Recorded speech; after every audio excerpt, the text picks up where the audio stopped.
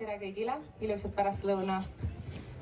Kell on saanud 2, me oleme alustamas aruteluga nimega Mis saab riietest uuel aastal. Mina olen Mairi, selle arutelu juht.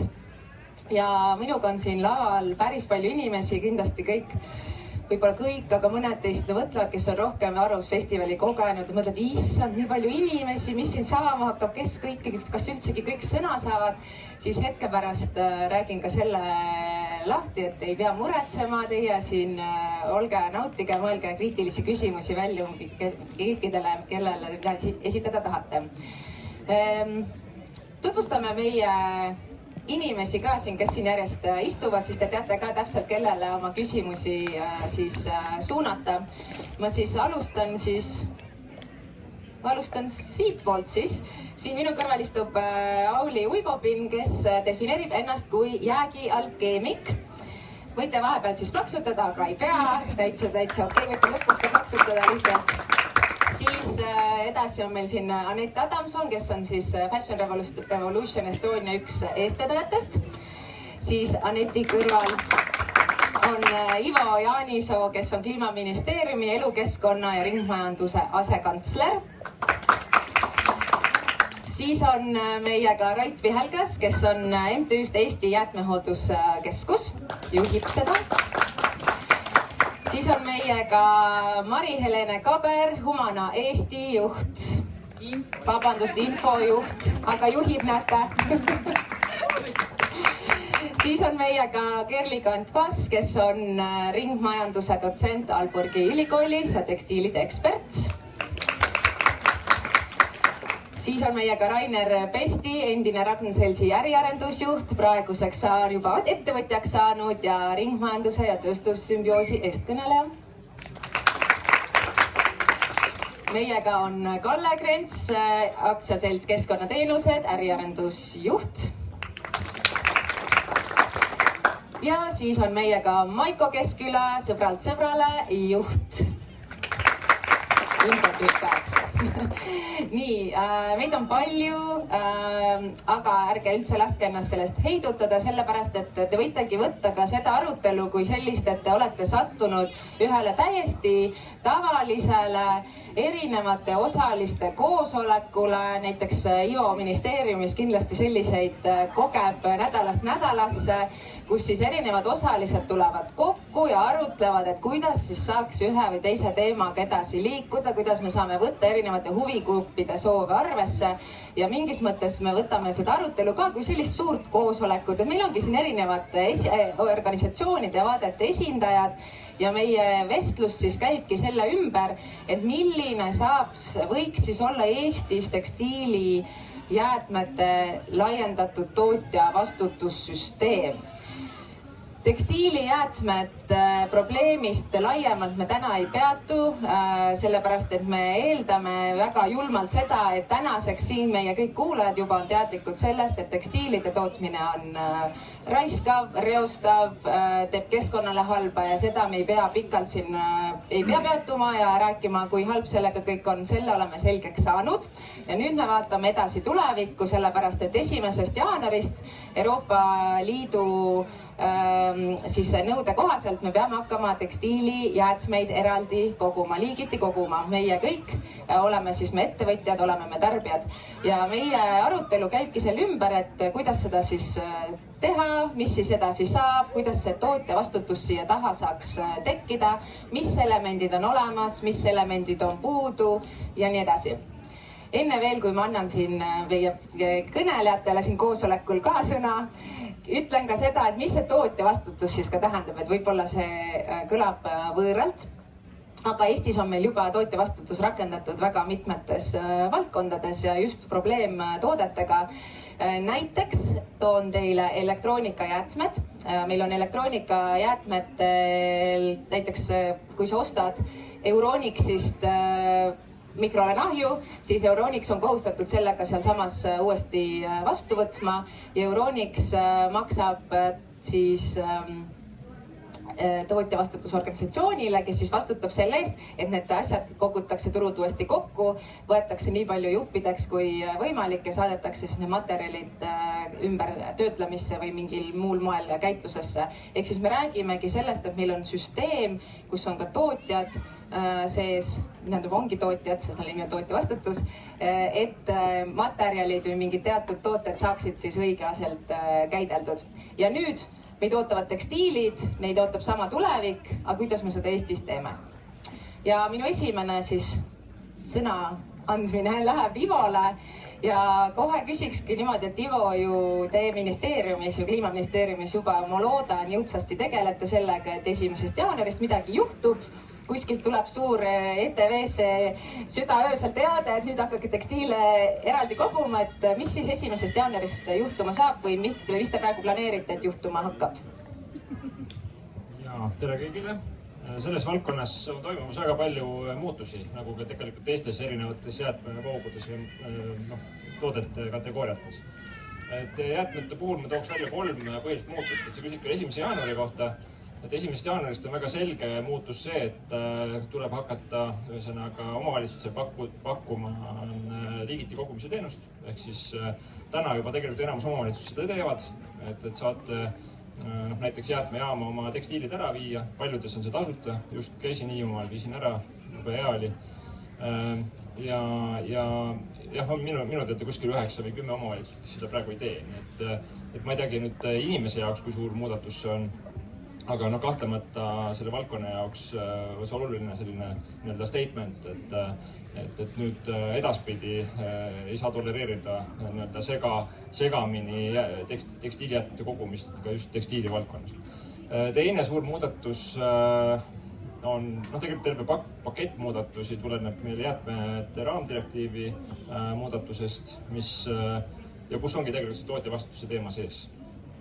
Et see on praegu nii kaugel, et algavad läbirääkimised Euroopa Komisjoni, nõukogu ja parlamendi vahel, nimetatakse triloogideks. Juba komisjon on oma eelnõu teinud, nõukogu ehk siis meie riikide ministrid on teinud sellele vastuse ja nüüd on siis see lõplik tõehetk, et kuidas omavahel kokku lepitakse. Ja need kokkulepped tõenäoliselt võtavad aega kuskil pool aastat. Ja siis jääb pärast seda, pärast ka direktiivi muudatuse kehtestamist aega meile see direktiiv üle võtta. Ja siis algab kuskil 1,5 või 2 aasta pikkune periood selleks, et Eestisse võtta üle seesama tekstiilivaldkonna tootja vastutuse süsteem. Ehk siis juba täna me teeme ettevalmistusi selleks, et Eestis see asi võimalikult efektiivselt tööle hakkaks. Ja võib-olla taustaks pean seda rääkima, miks see tootjavastutus oluline on, et erinevates valdkondades on see nüüd tulnud meile elektroonikas, pakendites, mootorsõidukites ja nii edasi. Et selle mõte on ju see, et 80-ndatel, kui see üldse tuli meile, et avalik sektor ei saa sellega hakkama. Et avalik sektor või omavalitsus, eks iganes ei jõua inimeste järel koristada. Ja siis tekkis see saaste ja maksab printsiip. Tegelikult tuli anda rohkem vastutust tootjatele. Ja see omakorda, selle oluline väärtus on see, et hakkab mõjutama tootjate käitumist. Ehk siis tootjad hakkavad disainima paremaid asju, paremini ringlusse võetavaid asju, aga ka neid, mis peavad kauem vastu. Et nüüd on viimane hetk, et tekstiilivaldkonnas see muudatus teha. Ja 3. suur muudatus, millest ma võib-olla praegu pikemalt ei räägi, on jäätmereform.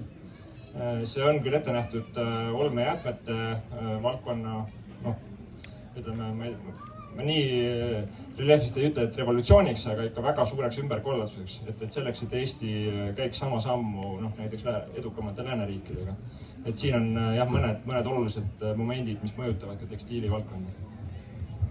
Nii, ma kadusin ära, kindel, et tundus, et ma kadusin ära.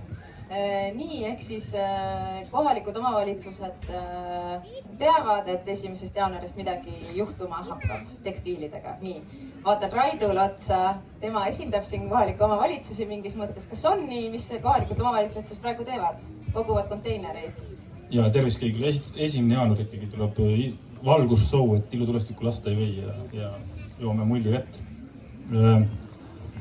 ma arvan, et see kohalik omavalitsus, et MTÜ-s on 27 omavalitsust ja ma olen kindel, et need 27 omavalitsust täna teavad täpselt, mis juhtuma hakkab ja tegelikult me täna rakendame siis nii-öelda valdkondlikult korraldatud olmejäätmete veo osana juba, et see on see, et me oleme hankega leiame vedaja ja on omavalitsusi, kes rakendavad siis nagu kohtkogumist või siis ka jäätmejaamades. Et küsimus on selles, kas ta läheb kohtkogumise peale või jäävad avalikud võrgud, et seal ise leian, et kohtkogumise juures nii-öelda siis on see materjal kindlasti kvaliteetsem kui avalikud, et selle statistika toetab ka. Et eks nad liiguvad sinna vassina poole. Meie jaoks kõige suurem küsimus on see, et alati kui sa palud inimesele mingit liigutust teha, siis on küsimus, mis sellest saab edasi. Ehk siis, et see hakkaks hästi toimima, on küsimus selles, et me peame selgitama inimestele ära, et mis saab sellest tekstiilist edasi. Kas ta jõuab ringlusesse, jõuab ta põletusse või ladestusse. Et see on see kõige olulisem ja kõige suurem kitsaskoht. See, et tootja vastus rakendatakse mõistlik, ma arvan, me saame õppida sellest nii-öelda läbikukkunud pakendite kogumisest, kuidas vältida ja teha seda paremini. Et kui keegi ütleb, et pakendite ringlusse võtta on meil hästi Eestis õnnestunud, siis see kindlasti ei ole, seda toetab ka statistika, seda ministeerium öelda. Ja et COVID on selleks valmis. Aga need, kes meie liikmed ei ole, kohalik omavalitsus kindlasti ei ole selline nagu inimene käib Delfis, et mis nüüd juhtus ja kes olümpiakulla sai või mitte. Tegelikult on see, et see direktiiv võetakse vastu, see hakkab kehtima ja siis hakatakse mõtlema, et hange kehtib veel aasta, siis aasta pärast tegutsema. Et see on see reaalsus praegu. Nii ma arvan, et see küsimus, et mis saab nendest rõivastest edasi, on meil nagu kõigil kuklas, tõenäoliselt siin publikul ka, et selleni me tuleme siin mingil hetkel.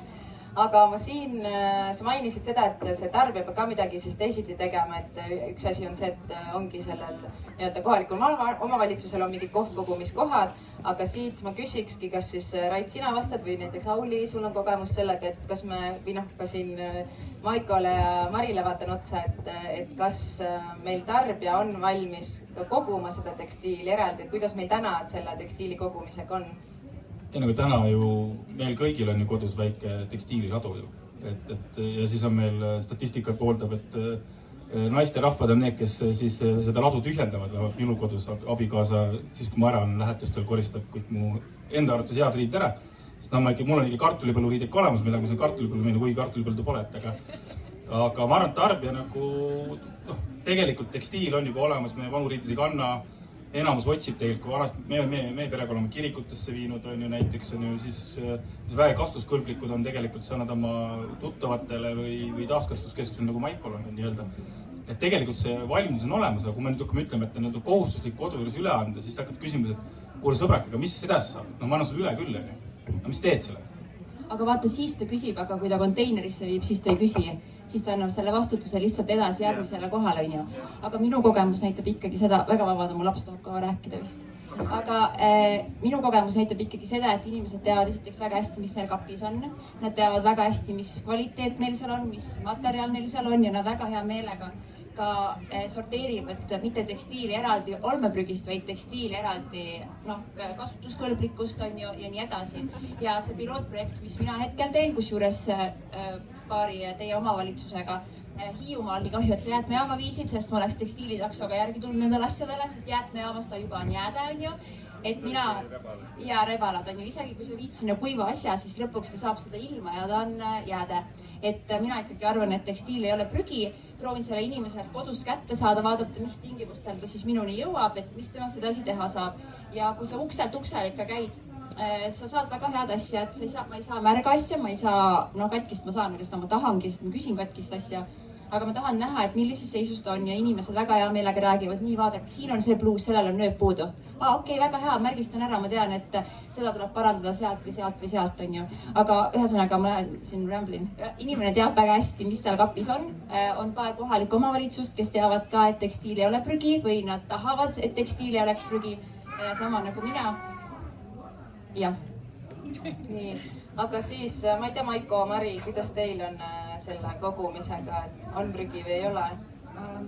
Jah, kui siin nüüd toodi näiteid erinevatest kogumisviisidest, et üks on tõesti ukselt uksele, üks on see, et sa saad panna oma pakendiprügi kõrvale teist läbi kilekoti tekstiilidega või sa tood nad uuskasutuskeskusesse koha peale või sa tood nad riidekonteinerisse, mida tühjendavad Eestis näiteks Umane ja riidepunkt. et see on, et anonüümsustasemed on erinevad ja noh, siis on meil lisaks jäätmejaamad, kuhu inimene tõesti võib tuua räbala või määrdunud või väga kehva kvaliteediga korduvkasutuseks mitte sobiva eseme. Ukselt uksele kindlasti on kvaliteet väga hea. Riidekonteinerid ja ka kauplustes vastuvõtt, me üldiselt ütleme alati, palun too riie, mis sobib uuesti kandmiseks. Ja siis tuleb mängu, et mida inimene peab uuesti kantavaks ja mida mitte. Ja siis, kui see läbi sorteerida, siis on küsimus, et mida teha selle osaga, mida ei saa korduvkasutusse suunata. Humana puhul pean ütlema numbrid, Eestis kogume 2000 tonni aastas, seda ei saa vaadata, et inimene ütleb, siin on nööp puudu või siin on auguke, 2000 tonni on väga palju.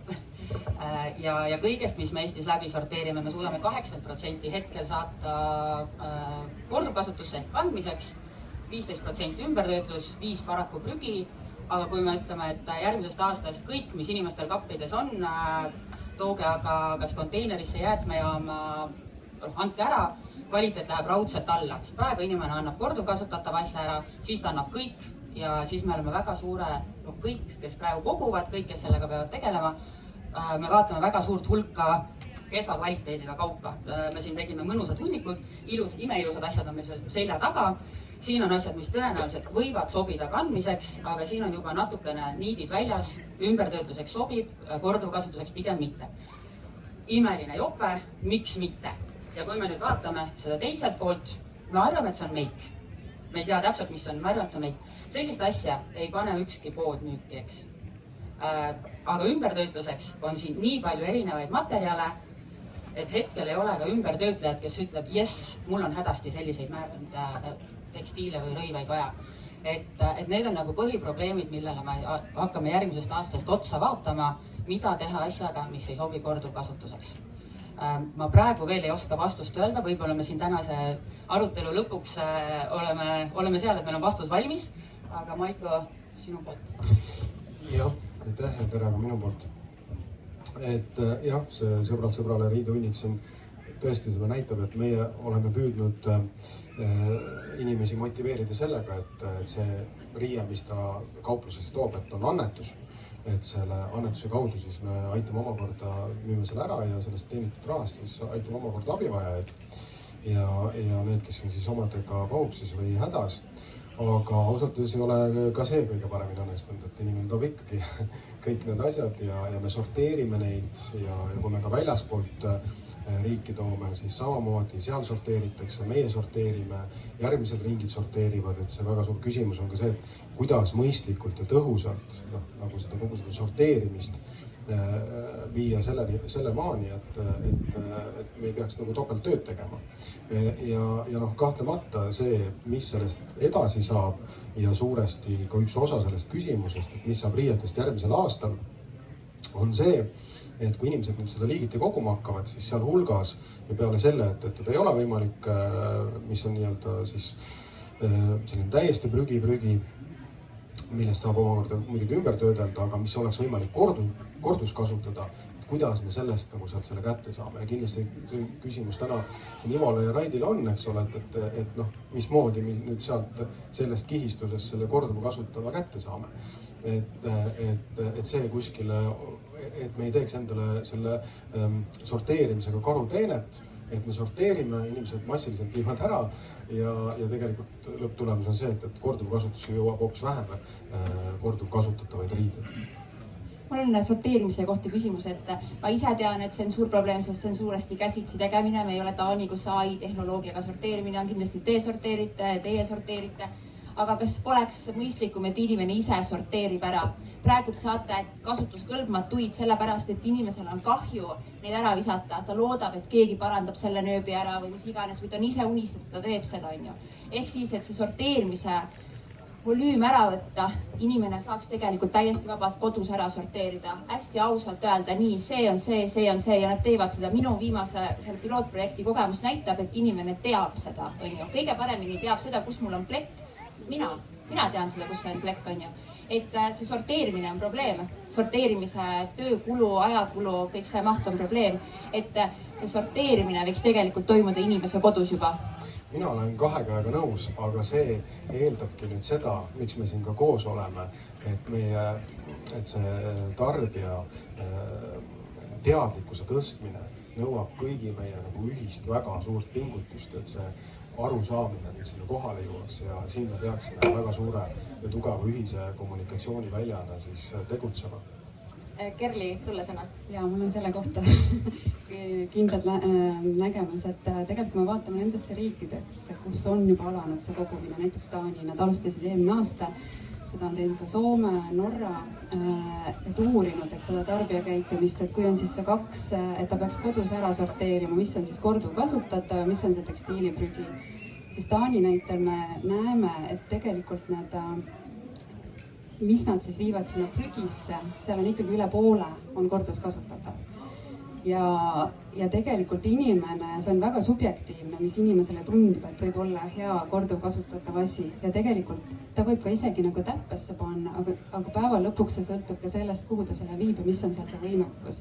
Ma olen ise olnud sorteerimisjaamades ja käinud läbi kotte, mis on ära sorteeritud, kui mitte korduvkasutatavad.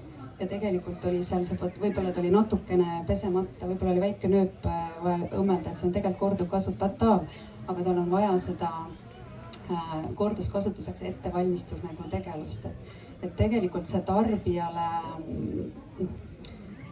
on ikkagi, peab olema lihtne ja mugav ja panna tarbijat sellesse olukorda, et tema nüüd teeb seda otsuse. Muidugi ta on kalts ja värviplekkidega, siis ta on prügi, aga väga palju on tegelikult korduskasutatavat, mida nemad arvavad, et ei ole ja vastupidi. Uuringud näitavad, aga see tegelikult sõltub ka kultuurilisest kontekstist, et Eesti kohta neid uuringuid ei ole, et kuidas Eesti tarbija. Nii, Ivole sõna ja siis on meil juba publikust sõna. Nüüd ühesõnaga ma väga nõustun sellega, mis siin öelda just, et inimese jaoks peab see olema lihtsalt hästi lihtne, loogiline, arusaadav. See on iseenesest läbiv teema ka jäätmereformis, et teiste jäätmeliikide vaates ka. Aga ikkagi, et me peame inimesele tegema,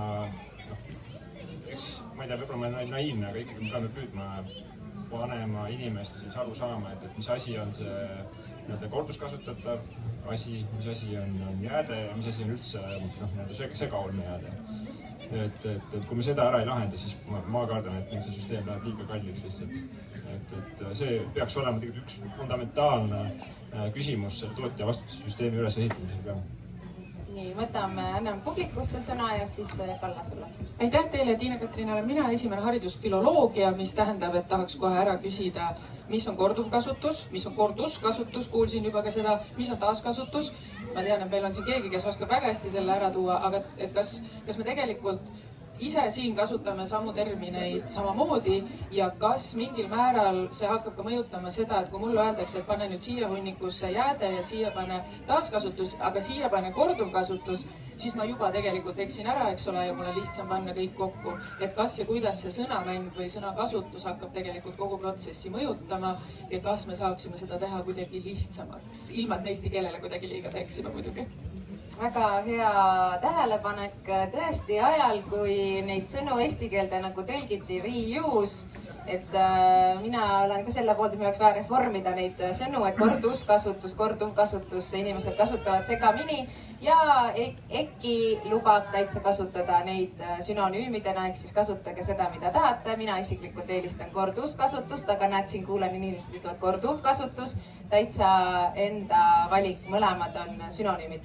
Aga sõna taaskasutus, vot see on juba nagu trikiga sõna, sellepärast et mis kontekstis me kasutame sõna taaskasutus oma igapäevaelus? Me kasutame seda sellist, et mul on nagu see supipurk ja siis ma teen sellest pliiatsi topsi ja no vaadake, kui ilusti ma taaskasutan oma supipurki, eks ole. Aga kui me läheme juriidilisele tasandile, kus meil on jäätmeseaduses defineeritud, et mida tähendab taaskasutus, siis taaskasutuse alla teate, mis läheb ka energia tootmine, nagu siis nii-öelda jäätmetest energia tootmine, ehk siis põletamine on taaskasutus ka, ehk siis, aga sinna läheb ka siis korduskasutuseks ettevalmistamine ja siis ringlussevõtt ka. Ehk siis ta tegelikult on katustermin, mille alla läheb ülipalju asju, ehk siis jällegi me keeleliselt nagu igapäevaelus kodanikena ei kasuta seda sõna selliselt, mida ta nagu seaduses on mõeldud. Ja siin on ka täpselt see, siin tahakski kuulata, kohe on see sõna, et tahakski teie perspektiivi kuulata, sest et kodanikena me hakkame rääkimagi taaskasutusest ja tekstiilide taaskasutusest, aga samas näiteks lähevad need kõik tekstiilid taaskasutusse, lähevad hoopis põletusse, et kas see on see, mida me tahtsime? hästi lihtsalt ja ma tean, et Kalle on järjekorras, hästi lihtsalt see, mis järjekorras või mis sõnu me kasutame oma poliitikaloomes, oma strateegiapaberites, ei ole tegelikult inimese asi. Eeldusel, et me suudame hakata asju koguma nii, et korduvkasutuseks ja tekstiilijääde, siis me pane siia asjad, mis sobib kandmiseks, pane siia asjad, mis ei sobi. Ja see on kõik, see on see, mis on vaja tarbijal teada. Me ei hakka teid loodetavasti piinama kõikide nende terminitega. Pärast anname teile sõnaraamatud kaasa, kodus tööta läbi ja siis kui aru saad, siis võid oma riidet tuua. Aga 1. jaanuarist pead juba tooma. Nii Kalle, palun. Tere ja kõigile minu poolt ka. Et ma siin tulen sellele ühele Ivo toodud sellele märksõnale, et see püüaks vältida selle süsteemi ülikalliks muutumist. Et see, et kui me hakkame kodus nagu 10 kuhja tekitama ja siis hakkame neid eraldi kuhugi vedama, et see tähendab mega suurt kliimajalajälge teistpidi.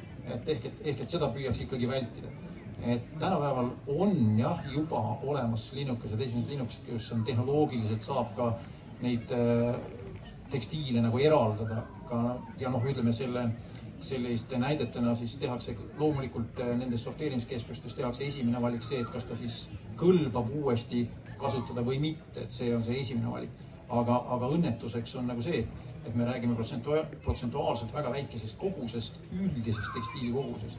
Et siin mõned aastad tagasi tehtud segaolmejäätmete uuringus me räägime sellest, et seal oli 6% tekstiili sees. Üle Eesti kontekstis tähendab see mitte 2000 tonni, vaid 24 000 tonni circa tekstiili aastas, mis visatakse siis segaolmeprügi sisse. Ehk et tegelikkuses kogused on nagu väga suured ja see tuleb ju lahendada. Ja nüüd tulles tagasi veel tootjavastutussüsteemi juurde. Tootjavastutussüsteem veel lihtsamalt on see, et tootja, kes paneb toote müüki, võtab tarbijalt teatud raha hulga, millega ta peab siis selle oma toote pärast olema võimeline tagasi võtma ja ringlusse suunama võimalikult kõrge protsendiga. Ehk et pakendite süsteem täna nii toimib, et teilt võetakse poes väike raha, pandisüsteem on üks süsteem, aga on ka siis tavatoodetel. Et see on see, et nüüd tekstiili peale seda laiendada. Et see on päris väljakutsuv ja kui me räägime ütleme siuksed esialgsetest väikestest arvutustest, siis ma ei tea, kui palju see jope kaalub, aga ütleme niimoodi, et suurusjärk siuksele 3-kilosele tootele peaks minema ikkagi ka kuskil 3 eurot, 4 eurot ikkagi juurde, mis siis nagu tuleb sellele tootele nagu kaupluses ära anda, et see siis jõuaks võimalikult hästi ringlusesse see materjal. Et selline esialgne välja. Ma ütlen hästi kiiresti selle vahele, et see, kuidas hinnast tuleb. Lükka juhe sisse, sul on see. Meil on keegi vist selle juhtme välja võtnud. Aga ma tahtsin hinnastamise osas seda, et meil on imeline praktika Prantsusmaa näitel, kus tonni kohta võetakse 34 eurot. Kui me võtame üks keskmine toode kaalub 500 grammi, igaüks võib teha oma matemaatilisest oskusest tulenevalt arvutused, mis see ühe toote orienteeruv hind saab olla. Aga mis meil on kõige suurem mure, et meil on see süsteem tervikuna puudu. Nii, Raid, palun. Nüüd nad kappasid eest ära need teemadega, aga kuna ma ise olen omavalitsusjuht olnud üle 12 aasta vallavanem ja volikogu esimees viimased 6 aastat siis. Ja kohaliku omavalitsuse jäätmekorraldusega tegelenud aastast 2007. Siis vaadake, see ennem see mõisteti jutt, mis kõik oli vaata. Et siin täna on inimesed kõik seda teemat huvitab, et ma usun ka, et paljudel või nagu virvendab, mulli peal ei ka virvendab, et hakkasid kahtlema, kas see oli ikka nii, nagu mõtlen, on õige. Nii me peame meie MTÜ põhimõtteliselt roll on see, et me peame kogu selle muutuste, kommunikatsiooni ja selgitusega inimestele viima. Tädi Maalist kuni rohelisi Marini, kes teab paremini kui mina neid asju. Ehk siis tegelikult see koht kogumise juures peab olema kõik väga lihtne. Ja mina arvan, et siin üks osa ongi see, et võime öelda, et uued tehnoloogiad on kallid, aga ma arvan, et Eesti on piisavalt väike ja nutikas riik, et meil ei ole luksus teha vanadel tehnoloogiatel siis ka tööstust või siis sorteerimistehaseid. et tegelikult peaks olema nii, et ideaalis, et see inimene teab, et näiteks, et tööstuslikult, et sul on kuiv ja märg jääde ja sellega piirdub. See viiakse ära, jalajälg on väiksem ja tehnoloogiaga vajatakse materjalid välja. See on ideaalmaailm, mingid näited on, aga väga hästi õnnestunud pole. Ehk siis ühiskonna koolitamine on kõige kallim. Ja me näeme seda ka selles olukorras, kus EKT võib tõesti, et isegi toidujäätme kätte saamine sealt Mustamäe elanikult. Ülikeeruline. Ehk siis, et kui me räägime sellest, et me ei saa seda toidujäädeki täna kätte, mida väärindada, siis riietega veel keerulisem. Minu mõte on tootjavastupool on see, et kui ma lähen täna ostma seda Sangari bluusi nii-öelda, et esiteks on see, et seal tootja peaks see kohustus, et kui ta paiskab turul neid bluuse, et see näiteks 25% tema poe, mis müügil on need, mis on taaskasutatud. Ehk siis kellegi teise bluusid, kes on tagasi, nõue näiteks peab müüma 25% oma toodangust, mis mahul turutaset on taaskasutatud. Ja teine on see ka, minu meelest pane kas või 5 eurot sellele särgile püksil otsa. Lihtsalt tagasi see pant võetakse maha selle järgmisest riidest. Ehk siis midagi sellist, kus on nagu reaalselt, et ettevõtjad ka nagu vastutavad, et ma ei taha Maiko tööd küll ära võtta, aga kui me võtame nüüd ideaalmaailmas, siis tegelikult, et miks ega selle kiirmoega mõitlemise vastu on see, et tootja, kes toodab riide, peab arvestama sellega, et ta on korduv kasutatav ja peab seda poes müüma mingi protsendi osas oma toodangust. See lahendaks väga palju asju. Nüüd vahepeal annan sõna Kerlile ja Rainer, mis tähtis ka midagi veel. Rainer kuulab täna. No seesama teema, et tegelikult mis hetkel on tekstiiljääde, millal ta on nagu prügi, et seda täna ei ole nagu defineeritud ja kui me vaatame rahvusvahelisi tarbijaid uuringuid, siis on 1/3, kui inimene tahab oma riietest lahti saada, 1/3 on see, mis siis on katki või tõesti kalts. 1/3 on see, mis talle tehniliselt ei sobi, kas see suurus või lõige ja 1/3 on see, et talle emotsionaalselt ta ei taha enam seda, sest palju ilusaid on uusi peale tulemas. Ja kui ta on nüüd seal kapi ees, tal on need 3 kuhja seal ja siis, et kuidas me selle kommunikatsiooni paneme, et talle tahab kõigest lahti saada, et kuidas me siis kommunikeerime, et kuhu sa midagi viid ja mis on siis selle tootja vastutuse roll siin ja mida ta tegelikult nagu finantseerib, et Prantsusmaa kohta tuli nagu näide, et prantslased on nad on olnud pioneerid, aga mida täna Prantsuse süsteem näitab, et ta tegelikult ei ole mõjutanud toote disaini, seal ei ole muutusi toimunud. Et see, et me kogume nagu lihtsalt jäätmemaksu, mida tegelikult tootja vastutus on nagu see 80ndate näitena on ja et ideaalis ta tegelikult peaks võtma kogu jäätmehierarhia. Praktikas on ta tegelikult toiminud sellise jäätmekäitlusmaksuna. Ja kui me võtame tekstiilide kontekstis, et kui me lihtsalt korjame mingisugune 10 senti või 20 senti T-särgi peale, et aidata seda mingit ringlust korraldada, see ei too absoluutselt mitte mingisugust muutust. Et selle süsteemi võib täiesti ära unustada, et tekstiilide puhul on ikkagi tooted. Me ei räägi paberist, me ei räägi plastist, me räägime tegelikult toodetest, mis on suures osas korduvkasutatavad. Et see tootja vastutus tegelikult peaks võtma kogu jäätmehierarhia fookusesse, et see maks, mis sealt tuleb, et peab seda jäätmehierarhia nii korduskasutuseks ettevalmistust, parandust, korduskasutust ja siis seda viimast ümbertöötlusfaasi nagu finantseerima. Ta peab olema piisavalt kõrge, et see demo, see shane ja kõik need kiirmoe tooted, et see on lihtsalt valus ja kulukas ja halb, majanduslikult mitte mõttekas tuua seda turule, tal peab olema lihtsalt nii kõrge maks, et me ei saa nagu Eesti mingisugust villakampsunit ja demo plastist T-särki nagu sama mõõdupuuga maksustada. Et sellisel juhul ikkagi see Euroopa Liidu tekstiilistrateegia eesmärk, et aastaks 2030 me juurime välja kiirmoe, siis tegelikult kui me võtame sellise lihtsalt lameda jäätmekäitlusmaksuna, siis seda eesmärki ei saavutata. Rainer, palun. Jah, ma lubasin, et naudin täna ja kuulan, aga Kerli lasi nüüd nagu džinni pudelist välja ja ma arvan, et ma rullin seda lugu natukene nagu teise aspekti alt lahti. Et miks seda esiteks tekstiilitootja vastutust üldse on vaja ja mis see nagu peamine challenge siis selle tekstiiliga on, et miks me seda ei suuda siis ümber töödelda. Rait siin korra mainis, et võib-olla see pakendite tootja vastutus ei ole mega hästi käivitunud, aga süsteemina, süsteemi disainina see pakendite tootja vastutus on väga okei.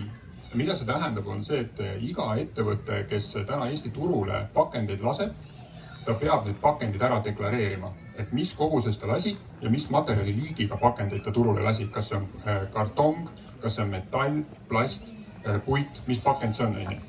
Ja nüüd tal on seadusega pandud kohustus, et ta peab teatud protsendi nendest pakenditest uuesti kokku koguma ja suunama ringlusesse.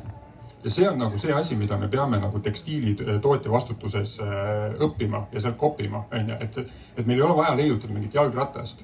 Ja millele ma tahan selle pakendite tootja vastutuse puhul eriti nagu tähelepanu juhtida on see, et seal jagunemine toimub materjalide liikide kaupa. See tähendab seda, et näiteks klaasis on tootja vastutuse tasud 100 eurot tonn, sest klaasi on mega lihtne kokku koguda, mega lihtne ümber töödelda. Plastide puhul on tootja vastutuse tasud täna pakendite puhul 400 eurot tonn. Sellepärast, et plastide seas on väga palju komposiitmaterjale, inimesed võivad kodus teha parima teadmise juures sorteerimise, aga seal tuleb igal juhul teha veel väga põhjalik järelsorteerimine, sest sa ei saa erinevaid plastikuid omavahel miksida. Miks ma seda räägin, on see, et see hunnik siin täna, see on komposiitmaterjal. Ja sellist tehnoloogiat täna maailmas ei ole olemas, kus sa võtad selle tekstiili ja virutad mingisse imemasinasse sisse ja teiselt poolt hakkab lambavilla välja tulema. Seda ei ole olemas. Siin on koos nailon, siin on polüester, siin on puuvill. Kerli võib rääkida metallplast ja selliseid asju ei ole olemas. Täna on olemas tehnoloogia, mis võimaldab seda keemiliselt ümber töödelda. Keemiliselt, mega kallis, mega ressursimahukas protsess. Selle protsessi hind on 600 eurot tonn. 35 euroga, mis prantslased on teinud süsteemi, pole võimalik katta 600 eurost tonnist ümbertöötlemist. Ja sellepärast ongi vaja tootjale panna see vastutus, et ta teab, et kui ma lasen pläusti turule, siis ma võtan selle vastutuse, et ma tean, et ma pean pärast selle tootja vastutuse tasu maksma sellisena, et see katab ära 600 eurose ümbertöötlemise. Kerli võib rääkida nagu megalugusid, tema on tegelenud puuvillaga. Puuvill on täna juba positiivse väärtusega materjal. Eks, et kui sa viid puuvilla ümbertöötlemisele, siis on olukord selline, et tehase väravus, kui ta on korrektne, ta on puhas, siis tehase väravus täna juba makstakse selle materjali eest. Aga see on komposiitmaterjal, megakallis ümbertöödelda ja sellepärast meil on vaja tootja vastutust, et keegi katab need kulud lõpuks ära. Ma võin muidugi hiljem seda ka öelda. Esiteks ma olen Raineri sõnavõtust lummatud, kõik oli puhas kuld, me kõik noogutasime kaasa, kinnitasime. Mida ma olen korduvalt siin kuulnud on see ettevõtja, nimetame siis seda vaeseks ettevõtjaks, kes lõpuks peab selle kõik ära sööma, ära närima, kinni ka maksma. See on nagu justkui see ootus. Aga olles siis põhitööna ettevõtlusinnovatsiooni sihtasutuses roheteemadega toimetav, siis ma näen kõrvalt, ilmselt me kõik tajume, teame, kui suur on ettevõtjate kohustus ja koormus juba täna. Et siis sinna lisandub tekstiilitootjatele, kes on nagunii kehvas olukorras meil täna siin Eestis. Veel üks probleem, et proovin sinna poole praegu. Ma olen sinuga mega nõus. Ma olen ise ettevõtja ja seda nagu bürokraatiat, millega pead tegelema mega palju. Aga ma selle tekstiili puhul, ma korraks jätan selle tootja vastutuse nagu hetke teema korraks kõrvale. Ja mulle meeldib väga disainida ärimudeleid. Ja kui sa praegu nagu rullid lahti T-särgi tootmise ärimudeli, T-särgi tootmiseks aita mind, kui palju umbes kulub vett, mingisugune 2,5–3 tuhat liitri. Fantastiline. Ütleme 2,5 tonni kulub vett, et toota T-särk. Me võtame siin Tallinna vee hinnad, kuupmeeter umbes 2 eurot ja saame nagu 5 eurot juba vee peale kulub. Siis kuskil kasvatatakse puuvill, mingid inimesed toovad, mingid inimesed ketravad seda, siis see puuvill viiakse mingisugustesse tehastesse, kus sellest tehakse tekstiil, kasutatakse mega värvaineid. Ma võin lubada endise jäätmekäitlejana, et nende värvainetega segunenud veede puhastamine on oluliselt kallim kui see vesi, mis sinna tehasesse sisse lastakse. Ehk see on kordades kallim. Siis see viiakse kuskile Bangladeshi, keegi õmbleb selle särgi, siis see tuuakse laevadega siia Eestisse, viiakse Kristiine keskusesse, keegi maksab renti, keegi töötajab ja see särk maksab 15 euri. Mul on täiesti ükskõik, me võime hommikuni seda puslet proovida siin kokku panna, seda ärimudelit, aga seda T-särki ei ole võimalik 15 euroga toota. Ja keegi süsteemis räigelt petab. Kas petab nagu keskkonna arvelt, et ei maksta tegelikult neid, ei käidelda ära neid keemilisi jäätmeid ja lastakse tšärr kuskil järve, ei maksta inimestele palkasi, kuskil keegi ahelas nagu megalt petab.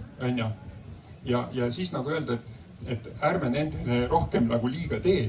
Ma arvan, et see ei ole päris aus.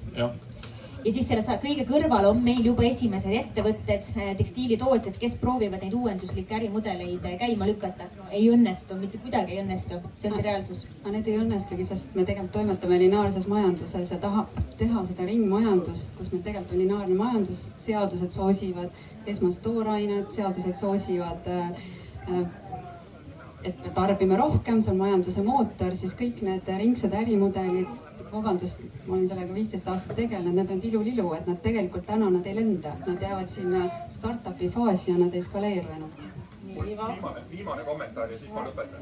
Siis sa järve kuule jälle. Et vaata, sellepärast ongi seda tootja vastutust vaja, kui sa võtad nagu 5 eurose T-särgi ja paned sellele 5 eurot tootja vastutust külge, siis see hakkab nagu mõjutama võib-olla nagu tarbija käitumist ka, kui sa paned Reet Ausi särgile 5 eurot ja see maksab nagu 45 euro asemel 50 eurot, siis see tarbijaskonna nagu käitumist või see, kes on tema brändi valinud, ei mõjuta.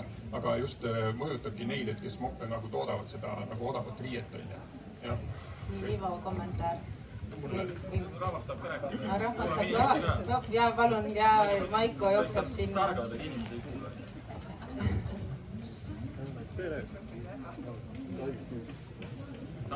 Maiko lülitsid välja mikrofoni. Tsensuur. Maiko nagu Riigikogus välja. Ma kuulen siin hästi hoogsat Euroopa Liidu direktiivi varsti tulemas, mis siis räägib tootja vastutusest. Tekstiili puhul ma näen, et valdav on ikkagi see väga rahvusvaheline äri. Ja me võime siin ilusat juttu ajada, aga direktiiv on varsti meil koputab ukse peale. Kas on mõeldav mingi valem, mis nüüd mõjutab neid rahvusvahelisi ettevõtteid? Me siin võime ilusid mulje kokku panna, aga lõpuks pannakse meile mingid maksud peale ja tulemus jääb ikka samaks. Kas on kellelegi ettepanek, millega siis mõjutada neid rahvusvahelisi suurkonglomeraate? Ivo tahab kommenteerida. Tootja vastutussüsteem ongi ette nähtud kogu meie ühisturul, siis kogu Euroopa ühisturul, aga see kohaldub tegelikult ka nendele toodetele, mis tuuakse Euroopasse sisse. Ehk siis tegelikult, ma ei tea, tundub natuke naljakas, et on võluvits, aga tegelikult ongi võluvits. Et küsimus on nüüd selles lihtsalt, kuidas see tootja vastutussüsteem ehitati üles selliselt, et need tublid ettevõtted ja väikesed ettevõtted ja meie oma ettevõtted, kes teevad asju hästi, et nemad sellest kannatada ei saaks. Me ikkagi räägime sellest kiirmoe ohjeldamisest, et me peame selle regulatsiooni hästi nutikalt välja arendama selle poole pealt ja mul on juba hea seda vestlust kuulata. Aga kuidas seda tehakse? No praegu me sellest räägimegi, et kuidas seda tehakse. Odota lõppu. Poole 4 lepime kokku. Vaata, hea film on ka ikkagi lõppu või meil on stsenaarium ees, aga me praegu ei saa. Kui spikerdada nagu seda pakendite süsteemi või elektroonikasüsteemi, kus on ka tootja vastutus peal, et siis ütleme niimoodi, et me saame midagi sealt kindlasti üle võtta, et seesama tootjat mõjutada ja seesama rahvusvahelist firmat saab ka mõjutada, kui seal on sellel tootjal või on esindus Eestis, kus kohast seda müüb. Kõige suurem komistuskivi täna nendel pakenditel ja ka muudel sellistel tootjavastuse asjadel on see, et kui need tulevad posti kaudu.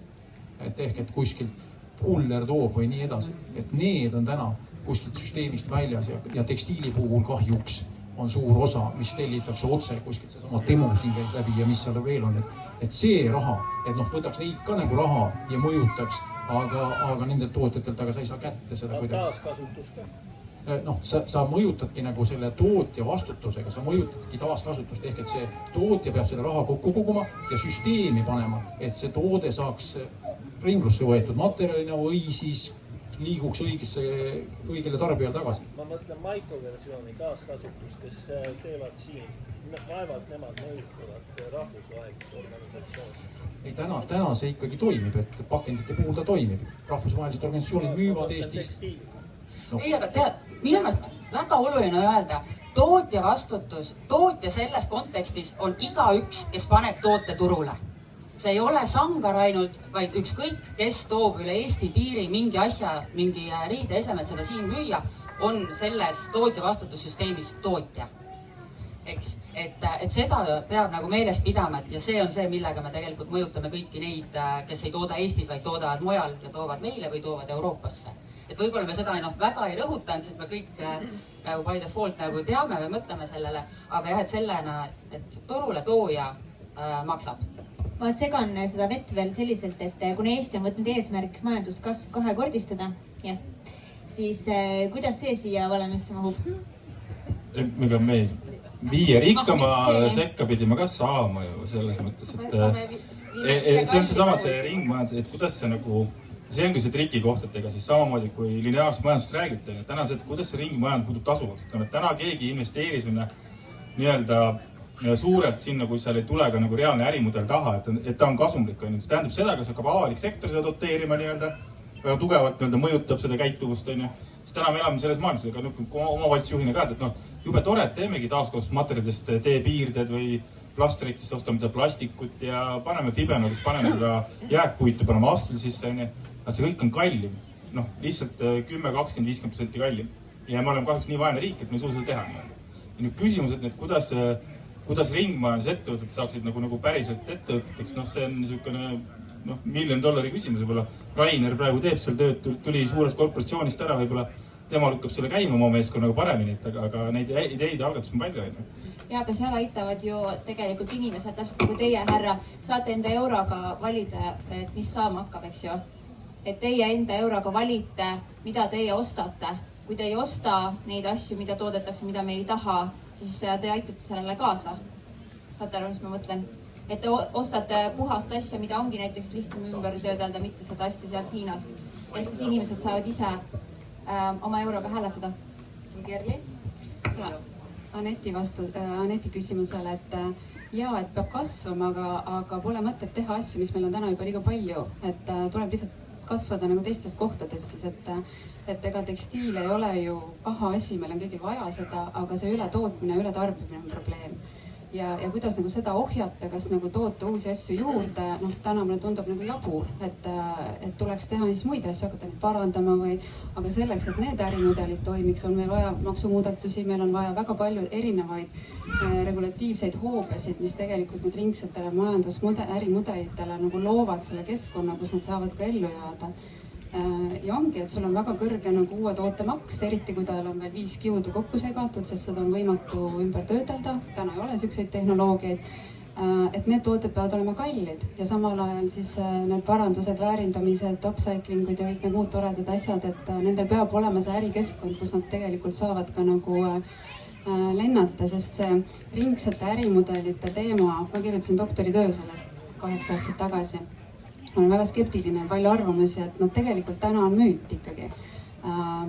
Et üldjoontes nad ei lenda ja nad kõik konkureerivad selle massmoega, kiirmoega, ületootmisega, nii hindadega kui massidega ja lihtsalt on nagu, seal ei ole majanduslikult mõttekust midagi hakata parandama, kui sa saad 3 euro eest võtta temust uue toote. Ja kui temu paneb aastas, kui meil H&M paneb aastas, ütleme võib-olla 4 või 300 000 uut toodet turule, uut mudelit, siis temul on ja Shane'il on see 1,3 miljonit. Et 10 000 uut disaini päevas pannakse turule, et sellega me peame rääkima nendest suurtest nagu hoobadest ja suurest ületootmisest. Need väiksed Eesti tootjad ja disainerid tegelikult teevad head asja, aga nad lihtsalt konkureerivad selle suure massiga. Ivo, kas Eesti on valmis tegema maksumuudatusi selliseid, nagu Kerli kirjeldas? Lihtsalt see äriline komponent, et siin mul lihtsalt peas genereerus praegu 8 asja, mida riik teeb, ma loodan, et mul need kõik meeles on, aga kõige olulisemad asjad on esiteks see, et meil see erinevad käitumisviisid oleksid paremini omavahel proportsioonis, et see majanduslik pool on hästi oluline. Siiamaani on põletamine ja ladestamine võrreldes ringlusse võtuga väga-väga odav. Et see on ka selle jäätmereformi üks põhiline nagu eeldus, et me peame ringlusse võttu saama paremini konkurentsi. Aga siin on jälle järgmine teema, et ei taha ju jõuda sinna, et tõesti see 600 eurot tonn, et iga selle riide eest maksma peaks. Et me peame saama ka Eestisse meelitama selliseid käitlusviise, mis suudavad seda soodsamalt teha. Ja see omakorda et ühiskondade kulusid alla tuua, tähendab seda, et me peamegi rohkem korduskasutusse suunama, mis ongi soodsam lahendus. Ja teine asi on see, et suunama ka disaini, et meie enda ettevõtted suudaksid toota tooteid, mida on lihtsam korduskasutusse võtta, mis peavad kauem vastu, mida on lihtsam ringlusse võtta ja nii edasi. Ja sinna otsa nüüd tuleb kogu see riigi ettevõtluspoliitika ja minu arust praegune valitsus on ülitubli ja ambitsioonikas selle koha pealt, et kes on värskelt koalitsioonilepet lugenud, see näeb, et me kiirendame planeeringuid 2 korda, me anname toetusi, kliimakindla majanduse seaduse kohaselt 30% CO2 tulu rahast suunatakse ettevõtlusse. Meil on ringmajanduse pakett 111 miljonit, millest toetused nüüd järgnevate kuude jooksul avanevad. Nii edasi, et neid asju tegelikult päris palju, mis peaksid meelitama Eestisse seda uut ettevõtlust. Nii. Mari, üks kommentaar, ma teen vahekokkuvõtte ka vahepeal siin. Okei, ma tahtsin küll 3 erineva teema peale juba reageerida, aga ja küll ma võtan siis võib-olla oma selle mätta otsast, mitte nüüd kogujana tingimata, vaid sorteerijana, et öelda, et jah, et teeme mingid head tehnoloogiad, mis meies sorteerivad, siis korduvkasutuseks ehk siis sedama uuesti kandmiseks, uuesti kandmiseks riiete välja sorteerimine on tänapäeval ja tõenäoliselt ka tulevikus ja 100 aasta pärast ikkagi manuaalne tegevus, inimene otsustab. Seda ei saa delegeerida masinale, sest masin suudab öelda, need on püksid, masin oskab öelda, et seal on nii palju polestrit ja nii palju puuvilla. Masin võib öelda, see on punane, aga kas see sobib uuesti kandmiseks või mitte, seda me tõenäoliselt masinat ei õpeta kunagi tegema. Masin ei katsu seda käega, masin võib-olla ei leia seda auku. Et siis see jääb, kui me tahame asju suunata uuesti kandmiseks, siis peab see manuaalne sorteerimine jääma. Praegusel hetkel, täpselt nagu teil, eks ole, me suudame suhteliselt suure hulga suunata uuesti kandmiseks ja väikse osa ümbertöötlusse. Kui me hakkame nüüd kogu seda, pahna, mida inimesed hakkavad kapist tooma, nii neid häid, nii neid väikse auguga, kui neid niiskleid, kui igasugust muud jaama, paneme selle kõik kokku, hakkame seda läbi sorteerima, meil tuleb palju vähem kandmiseks sobilikke asju, need, mis olid enne sinna konteinerisse panekut sobivad, on juba määrdunud, ei ole sobivad. Kui me tahaks nad läbi pesta, ma arvutasin, Humana sorteerib korduskasutuseks sobivaid asju 20 tonni päevas, kui me tahame nad kõik läbi pesta, ma panen 800 pesumasinat 8 tundi päevas, iga päev tööle. Milline keskkonna jalajälg, ehk siis ei ole tegelikult mõistlik. Et see sorteerimine, et paneme ägedad masinad, mis teevad meile kiu järgi ja saadame ümbertöötlustehastesse, sealt kui me tahame korduvkasutust, me ei kaota ära seda inimest, kes peab selle jama kõigepealt läbi lahkama. Ja peale seda me anname, need ei ole kandmiseks sobilikud, see on see krapp, anname selle masinale hekseldada. Väga hea, see hekseldab läbi, puuvilla tuli 3%, super. 95% meil on mingi segu materjal, mingi plaust. Hekseldame selle masinast läbi, tonn 600 €, eks ole. Ja siis me istume selle plausti otsas, mis on väga äge materjal, mida mitte keegi ei taha, sest ta ei taha seda kuskile panna. Inimene ei taha seda kanda, Bangladeshi tekstiilivabrikud ei taha seda nähagi, sest see on 3 korda või 10 korda kallim kui toormaterjal. Ja eks me siiski praegusel hetkel oleme natukene kõikide nende võimalike lahendustega lõksus, et mis saab sellest, mida me enam kanda ei taha. Nii, ära vasta. Kalle, palun sõna ja siis ma teen vahekokkuvõtte. Et siin natukene kommentaare selle just majandusmudelite kohta ka, et jah, et meie oleme alustanud ühe projektiga ka selleks, et seda tekstiili tõesti Eestis saaks ringlusse võtma hakata. Eelduslikult võiks see jääda ka alla 600 € tonn, see ringlusse võtta, eks materjali.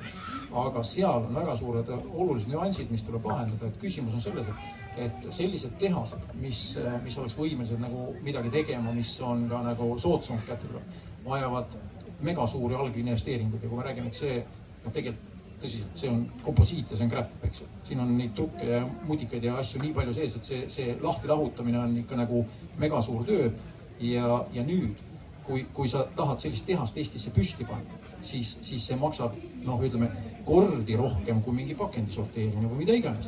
Ja selleks, et pank annaks sinna raha peale, on vaja siis kindlust, et toorme hunnik tuleks ka sisse.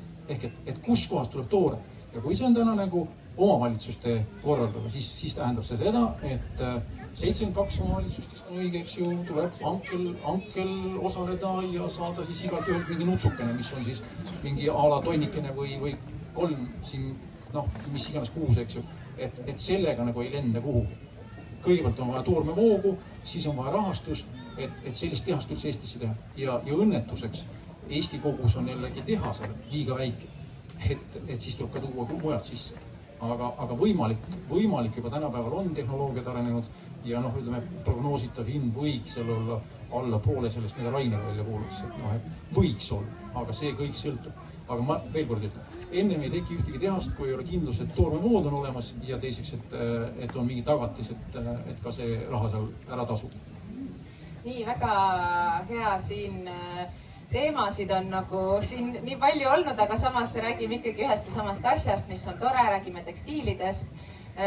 Tahtsin lihtsalt siin korraks kokku võtta, et nagu vahe kokku võtta, et meil on siin täpselt see olukord ka, et meil ongi nii-öelda, nagu Mari ütles ilusti, et kõik, kes üle piiri midagi toob või siis Eestis nii-öelda toodab ja turule laseb, et tema ongi tootja. Ehk siis ka täna tegelikult, kuigi siin Kerli rõhutas seda, et me peaksime tegelema ka sellega, et tootjad muudaks ka oma toote disaini, et siis täna Eesti kontekstis, kui me vaatame ainult meie siseriiklikku konteksti, me saame tegeleda ainult tagajärgedega põhiliselt, aga Euroopa kontekstis tootjavastutuse tulek jällegi saab pushida ka seda, et suurtootjad siis hakkaks ka mõtlema ümber oma valikuid.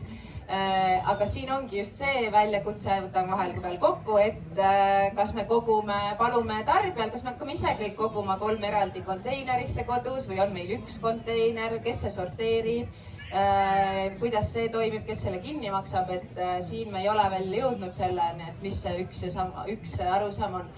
Aga enne kui ma annan sulle sõna, ma vaatan, publikus on meil küsimus, nii et palun mikrofon ja Kadri, ole hea. Jaa, on mind kuulda. Et jah, ma saan aru, laias laastus ongi ju tekstiiliga hästi laias laastus 2 suurt probleemi. Üks on see, et mida teha selle tekstiiliga, mis juba on olemas, mida on hästi palju ja mida teha siis, et seda tekstiili nii palju peale ei tuleks, ehk siis see on see tootjapoolne asi, et ma saan aru, tootja vastutus praegu keskendub ikkagi sellele, et mida me selle olemasolevaga teeme, aga siin toodi ka välja seda, et tegelikult me peaks hästi palju ka rääkima sellest, kuidas seda vähem turule tuleks. Et minu küsimus on võib-olla see, et Prantsusmaad juba korra mainiti, aga nad sel aastal on uudistes olnud ühe teise seadusega, mis siis üritabki just reguleerida seda Sheini ja Temu, kes meil siin on, et neil oli vist peamised ideed, et panna nii-öelda ökomaks juurde nendele kõige saastavamatele, odavamale sellele käpile, mida ei saagi kaua kanda ja teine ka see reklaami tegelikult hakata keelustama.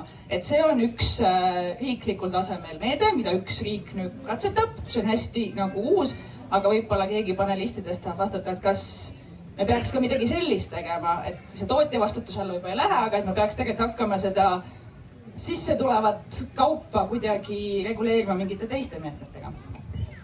Ivo tahtis ka vahepeal vastata, aga siis... Ma võin selle mõtte kiiresti ära öelda, et meil on erineva elatustasemega inimesi, ehk siis, et tegelikult me kõik vajame riideid, me vajame neid pakse talvejoppesid ja suvelisi õhukesi kleidikesi või lühikesi pükse.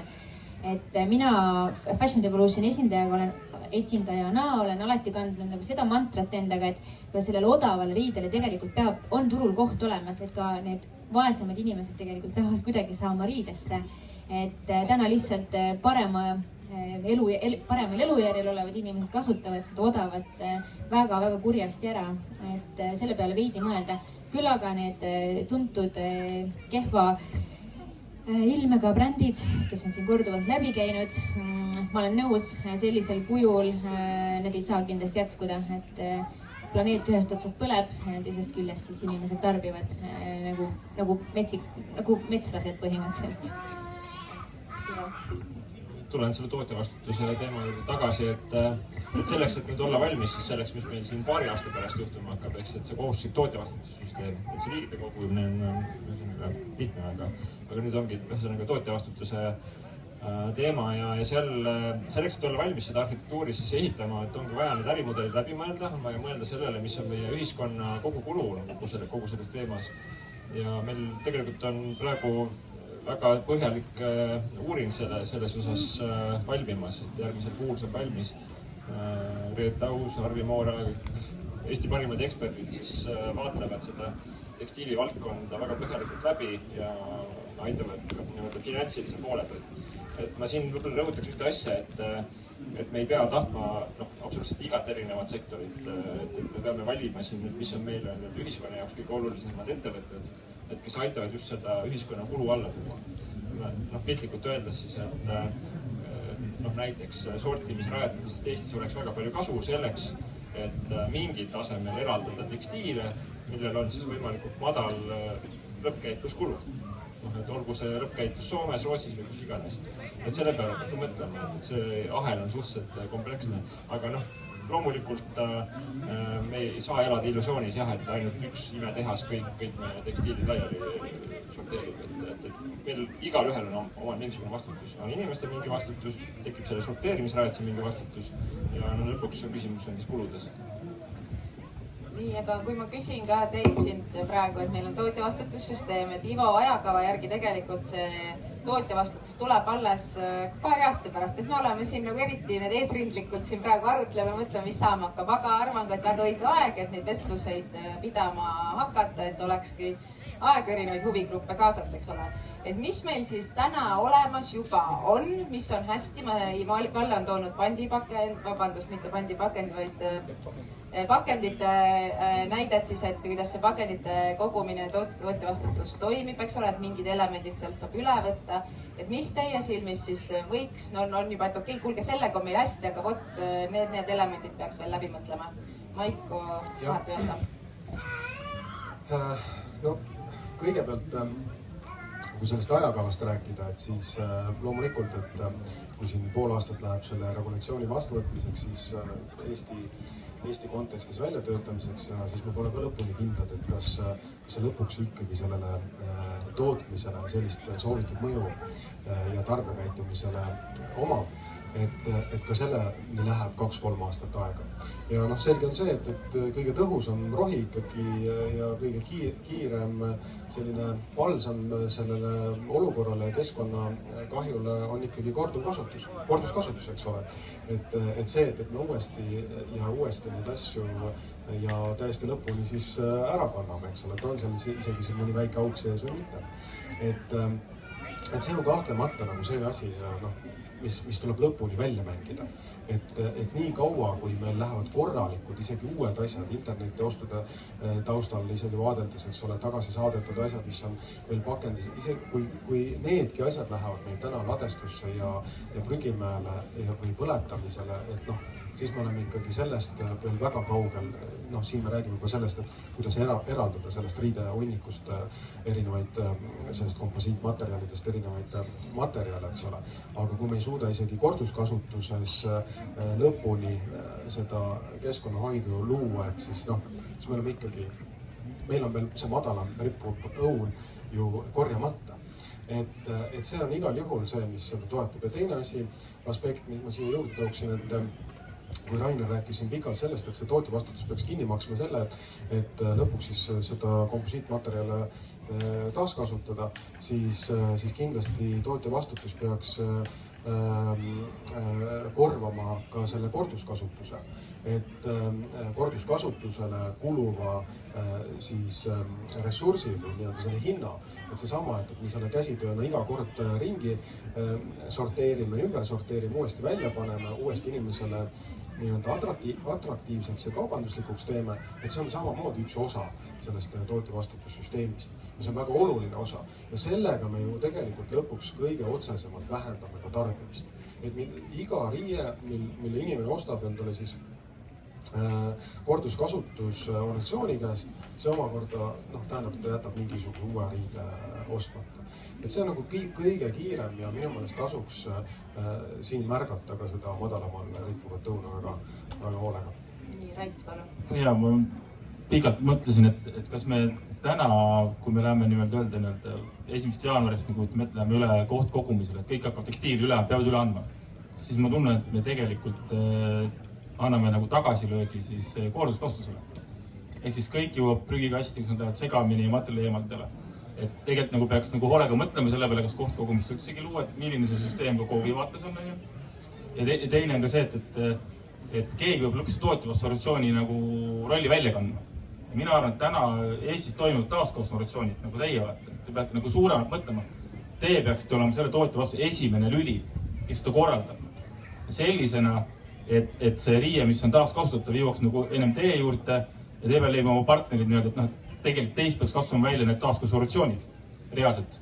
ja et muidu see ahel saab nagu löögi, et võib-olla kui mina ka rohkem nagu materjalide käituspoolega veel nagu rohkem huvi, et muidugi on äge, et saaks materjali kätte, on ju nii-öelda, et võtame kasuliku negatiivse materjali välja, on ju, teenime mingit raha ja teenime mingit raha, on ju, noh. Aga riiete puhul tuleb nagu juurde see värk, et tegelikult sul on nagu nüüd ütlesid juba kellest, et meil on ikkagi toode, et ta jäätmeks ei muutu siis, kui ta läheb konteinerisse, on ju. Ehk siis, Maiko, minul on kõik lootused sinu peal. Kas ma loen sellest Rait nüüd õigesti välja, et see on kutse nagu partnerlusele? Absoluutselt, ma olen keskkonnateenust kogu kutsunud partnerit ja meil on saanud tonni jäätmevoogu, nii et teeme koos asja. Et kohalike omavalitsuste süsteemile ka selles osas, et kui teil on see kohustus neid liigiti koguda ja te selle eest ka siis inimestelt raha küsite. Ei, me ei küsi, saaste maksab, see on 2 erinevat asja. Saaste tootjavastutus veel 1. jaanuarist ei käivitu, nii et niikaua kui see käivitub, peab selle kõik keegi kinni maksma. Ja meie korduskasutajatena hea meelega oleme üks osa sellest lahendusest, kui siin täiendavad tasud ka siis tarbijatele nii-öelda tulevad 1. jaanuarist ja ma olen kuulnud, et tulevad. Nii, Mari tahtis vist midagi öelda või annan Kerlile sõna? Võta Kerli, palun. Ma saan paar asja kokku. Nii, seo. Oli Kalle vist jah. Ümbertöötlus ja siis Maiko, et ma olen täiesti nõus selle korduskasutuse potentsiaali kasutamist. Tegelikult täna me ei ole seda ära kasutanud ja see on see, kus keskkonnamõjude mõttes on ka ikkagi kõige suurem see võit. Et meil on olemasolev toode, mis on juba toodetud ja me kasutame seda nii kaua kui võimalik sellisel eesmärgil. Ja võib-olla ikkagi publikul on ka oluline, et kui mis puudutab nüüd sinna seda ümbertöötlust, siis tänane globaalne pilt on ja Euroopa globaalne pilt, Eestis on see täitsa olematu, on 1% töödeldakse nagu rõivad uuteks rõivasteks. Ja ma lähen väga kihevile alati, kui räägitakse, et Eestisse mingi vabrik luua, sest siin tegelikult tuleb vaadata seda regionaalset pilti, võib-olla Euroopa pilti, aga eriti veel Põhja- ja Balti regiooni pilti. Et meil on täna vabrikud, kuhu on investeeritud tohutult palju raha, nii avalikku kui erasektori raha. Rootsis selline läks hiljuti pankrotti 2 põhjusel. Neil ei olnud piisavalt toorainet, puhast toorainet, mida siis ümber töödelda. Ja neil ei olnud seda kuskile müüa, brändid lihtsalt ei ostnud. Kõik jäid selle väikste ökokollektsioonide raamidesse ja sinna see jäi. Nüüd nad on uuesti tuurele tulnud, vaatame, kuidas neil läheb. Aga tänasel päeval ikkagi enamus ümbertöötlejaid ütlevad, neil ei ole turgu, sa võid selle ära sorteerida ja kiudana, aga sul ei ole neid ostjaid, kes seda kiu siis kokku võtaks ja uue toote teeks. Et sinna on ikkagi vaja seda ökodisaini direktiivi, mis ka nagu paneb ettevõt või brändidele selle kohustuse siis võtta neid ümbertöödeldud kiudusid sisse. Et need nagu mitmed hoovad peavad seda nagu toetama, et üks ümbertöötlusfabrik täna tegelikult ära nagu tasuks ennast. Nii et me peame siin vaatama regionaalset pilti ja vaatama seda, mis kiududel ei ole täna lahendust, hakata sinna lahendusi, mitte hakata mingisugust puuvilla ümbertöötlusjaama Eestis. Kui meil on ümber riikides on need püsti, neil ei ole piisavalt toorainet ja neil ei ole ka turgu. Nii, ma kiirelt vastaks sellele. Kõik tahaks kiirelt. Ja nii läks. Selles mõttes, et see on selle turu mõttes ja ütleme niimoodi, et kui me tahame teha täna vabrikut, siis me oleks võinud ammu sorteerimise vabriku teha. See ei lenda, et sul ei ole nagu pointi täna tõsta eraldi unnikuid, see on täiesti tõsi. Ja ei ole mõtet ka täna tekstiili korjata niimoodi, et mitte kõlbulik ja kõlblik, eks nagu ringlus seljas kandmiseks, sellepärast, et selle mittekõlbulikuga on isegi ju niimoodi, et seal on piirangud peal, seal ei saagi midagi teha. Sa ei saa seda prügilasse viia, see on keeld peal ja ka põletusse vist peaks olema keeld peal, et seda tekstiili ei tohi täna põletada. Just, liigiti kogutud tekstiil. Siis võib, just. Et täna niimoodi, et kui me 1. jaanuarist alustame liigiti kogumist, ja see mittekõlbulik osa tuleb liigiti nüüd käitlejale, siis seda ei ole mitte kuskile panna. Saage aru, et see 1. jaanuarist me ei ole millekski valmis. Ma lisan juurde, Rainer, et tegelikult me tegime Järvamaal, selle piloodi Väätsa-Prügilaga 4 aastat tagasi, kus me panime 3 omavalitsust ja panime riidikonteinerid. Et inimesed tõid igast materjali sinna ja lõpuks tõid väikeõmbleid, tõid oma neid kangaid ja värke, siis me ütlesime, et kuule, et aasta otsa tegime, siis oli meil see Rainer on käinud Väätsa prügilasse kõrval, vaata elektroonika loomutas, et terve see hoone, suur hoone, noh, umbes 10 korda korrutage selle ala nagu riideid täis nagu. Teie inimesed käisid vaatamas, no minu meelest siiamaani no, mitte midagi peale oska hakata. Nii, Rainer. Ma proovin. Ma tegelikult arvan, et mind kutsuti siin paneeli üldse sellepärast, et Harri ja või Reet Aus ei saanud tulla. Aga ma korra vastan hästi põgusalt Kadri küsimusele, et see on minu meelest tohutult hea, mida sa nagu välja tõid. Ma tegelikult ei vasta su küsimusele, ma heietan lihtsalt sealt edasi, eks ole. Et noh, me proovime nagu lahendada seda tekstiili nagu tõesti nagu ümber töödelda siin praegu, eks ole, ja milliseid tehaseid peaks olema. Aga reaalsus on see, et ma võin mingite komakohtadega natukene eksida, eks ole. Täna eestlane ostab kuskil 12,4 kilogrammi tekstiili ja sellest reaalselt uuesti taaskasutusse jõuab kuskil 1 kilo, ja mingisugune 90% nendest tegelikult rändab lihtsalt olmejäätmetesse, eks. Ja miks? Nüüd on küsimus, mis mul kõige rohkem meeldib, miks? See on nii odav, eks. See tekstiil on nii mega odav, seda osta on nii mega odav, ja sellest vabanemine on mega odav. Sellepärast see nii juhtub, ja see, et ma ennem tõin selle 600 eurose näite, eks, see ongi sellepärast, et mitte seda, et ma ütlen, et see nii palju maksab, või mu mõte oli nagu selles, et see hakkab teiselt poolt mõjutama seda toote disaini. Et kui sa toodad turule nagu täna plastikuid, mida ei saa ümber töödelda, siis selle ümber töötlemata plastiku eest tuleb tegelikult tootjatel maksta 800 eurot tonn, ja see hakkab tootjaid lükkama selles suunas, et nad toodaksid pakendeid, mida on võimalik ümber töödelda ja mille tootja vastutustasud on oluliselt madalamad. Tekstiili puhul täpselt samamoodi, Miks need tehased ei töötanud seal Rootsis, miks nad läksid pankrotti? Sama põhjus, et see on nagu nii mitmekihiline asi. Kalle võib teha tehase, kus ta suudab 300 euroga võtta nagu tekstiili vastu, aga täna ei ole turu peal mitte kedagi, kes oleks valmis ka maksma seda 300 eurot. Ja sellepärast, et tal tuleb sinna tehasesse sisend on vaja tootja vastutust, kes on valmis katma neid kulusid.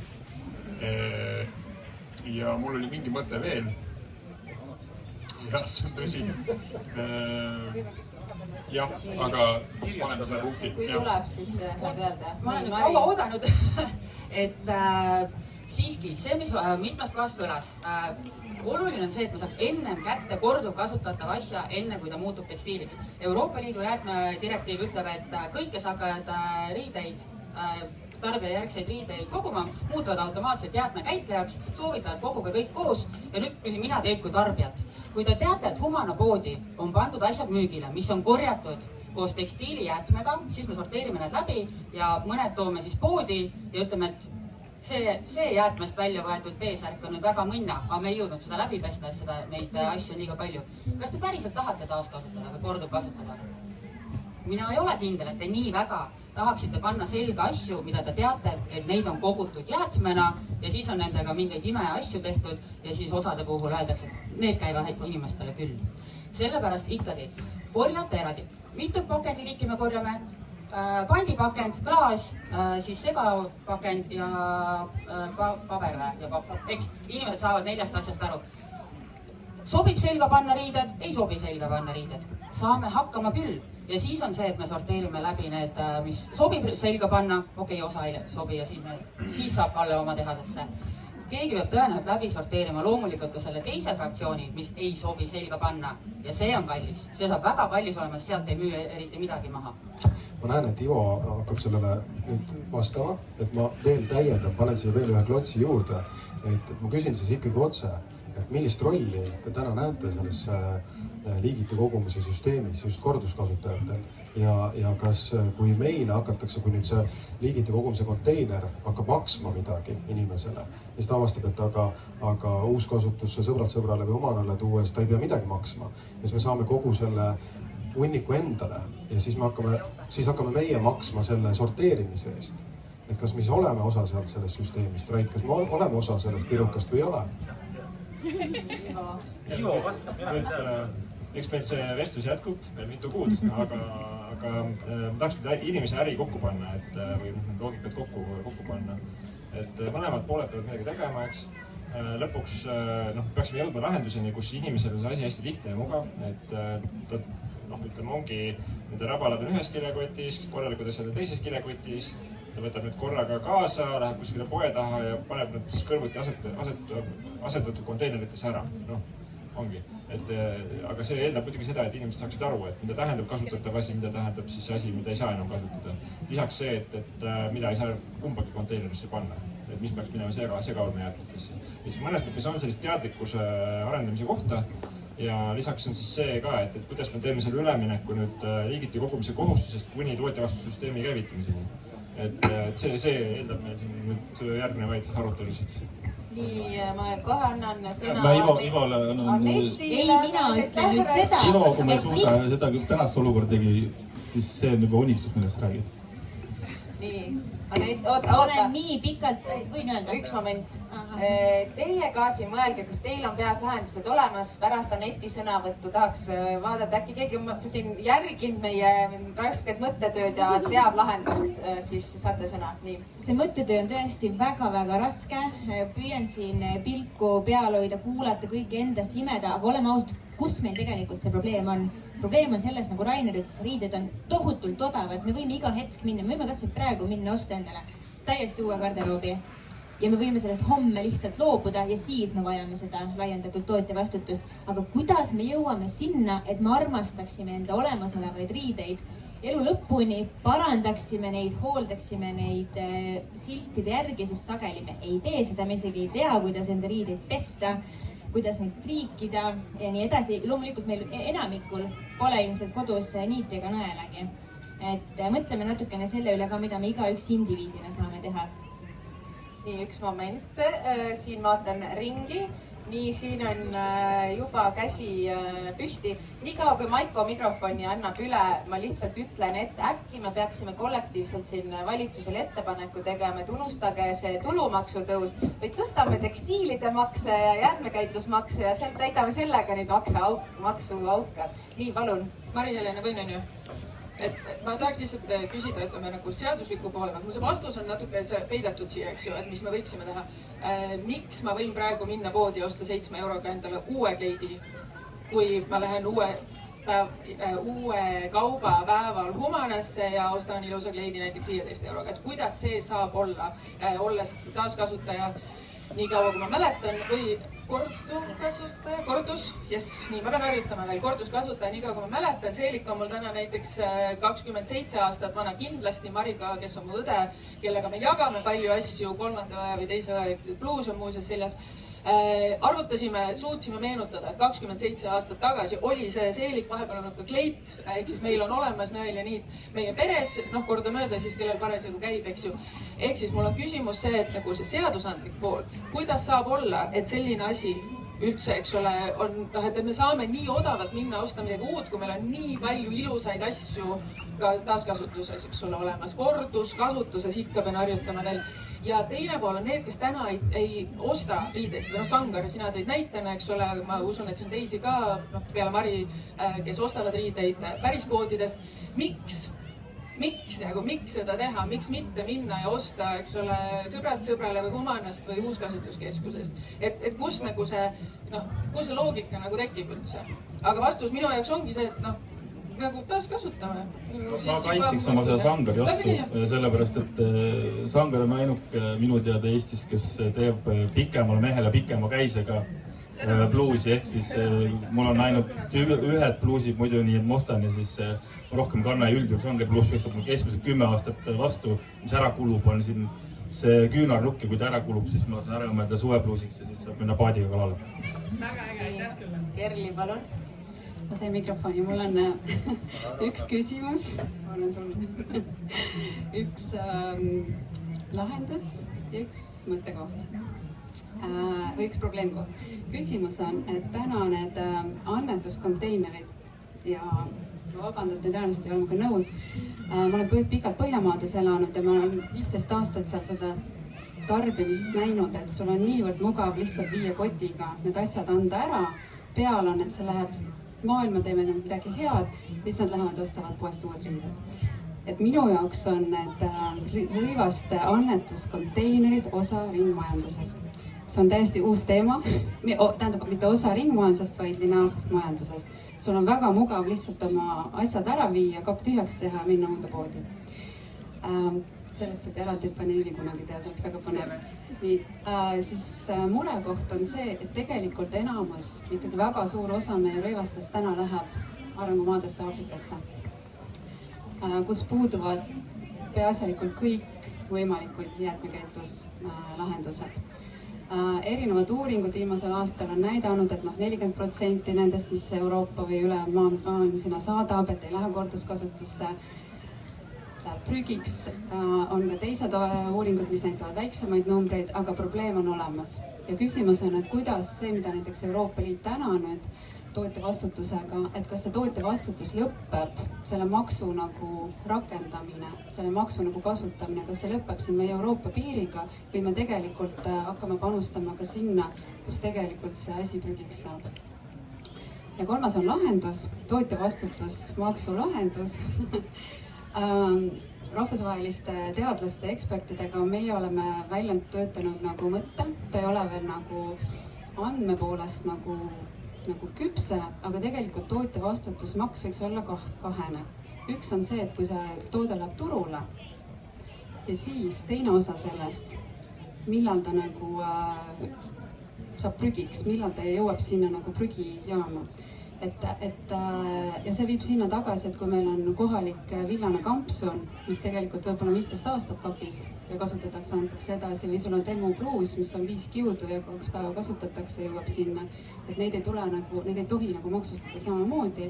Et tegelikult me hakkame tegema jäätmeanalüüse ja koguma andmeid ja selle alusel, et kui toode jõuab sinna, siis tegelikult käivitub see osamaksust ja seda muidugi hakkab võimaldama digitaalne tootepass, et sellist neid andmeid nagu koguda, et see on nagu mõttekoht, mis võiks olla üks lahendus, kuidas seda maksu ka teha.